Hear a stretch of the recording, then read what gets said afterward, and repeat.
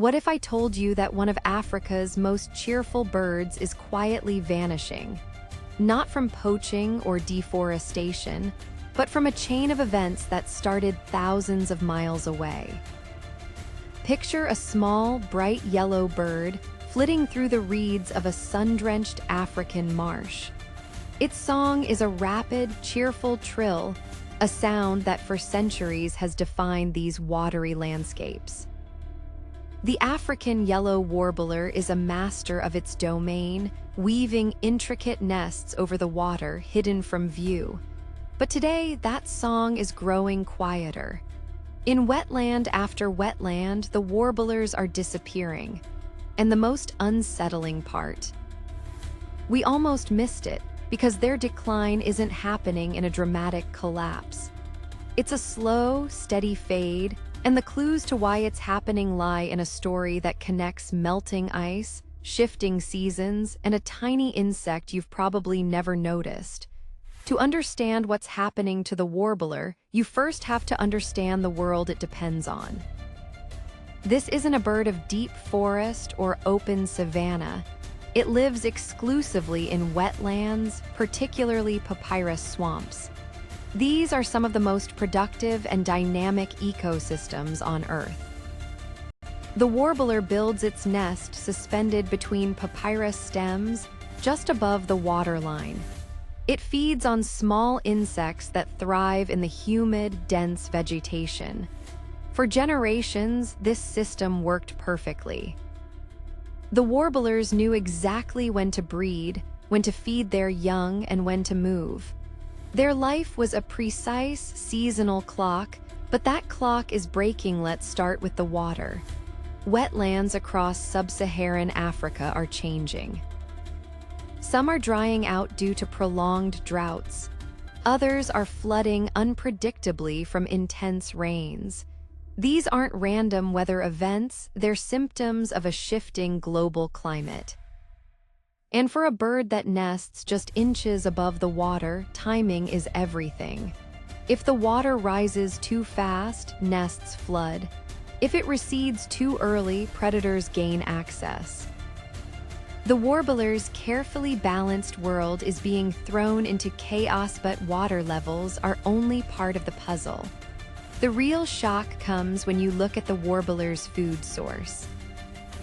These birds rely heavily on a seasonal boom of aquatic insects, midges, flies, and mosquitoes that hatch in sync with the wet seasons. The adult warblers time their breeding so that when their chicks hatch, there's a massive abundance of these insects to feed them. It's a delicate synchronization that has worked for millennia. But now, that timing is off. The insects are emerging earlier or later or not in the same numbers. And the warblers, guided by ancient internal clocks, are showing up to an empty table. Why are the insects changing? It turns out their life cycles are tied to water temperature and chemistry, factors influenced by broader climate shifts. In some regions, pesticide runoff from agriculture is also reducing insect populations. So the warblers arrive, ready to feed their young and find nothing. Nesting attempts fail. Chicks starve, populations slowly dwindle, and then there's the habitat itself. Papyrus swamps are not just random patches of reeds, they're complex, layered ecosystems. Papyrus is a fast-growing plant, and warblers depend on its specific structure for nesting and protection. But as water flows change and nutrient levels shift, the papyrus is being replaced in some areas by other plants that don't offer the same protection or support the same insect life. In other places, wetlands are being drained for farming or settlement. The warblers are losing their homes, patch by patch. What's especially concerning is how these factors amplify each other.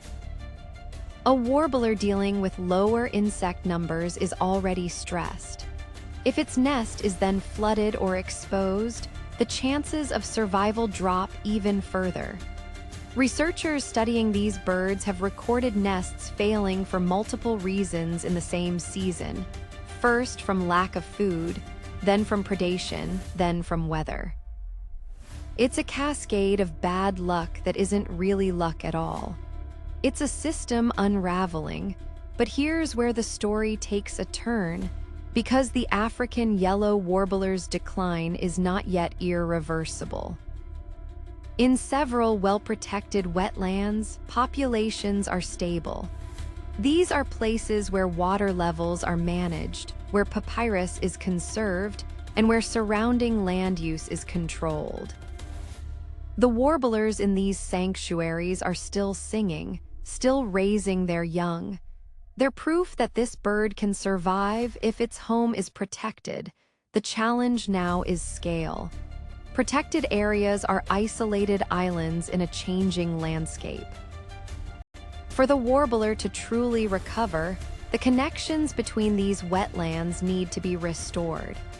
That means working with communities to manage water use, reduce pesticide runoff, and preserve the natural rhythms of these ecosystems. It's not just about saving a bird, it's about recognizing that the fate of a tiny yellow warbler is tied to the health of the entire wetland and the climate stability of the planet. The song of the African yellow warbler is more than just a pretty sound. It's an indicator, a living measure of the balance in these fragile ecosystems. When the warblers disappear, it's a sign that the system is tilting. But when they thrive, it tells us that the water is clean, the insects are abundant, and the seasons are turning as they should. By listening to their song, we're not just hearing a bird, we're hearing the heartbeat of the wetland itself. Which other overlooked species do you think is telling us something important about the environment? Share your thoughts in the comments. Your suggestion could be the focus of our next video.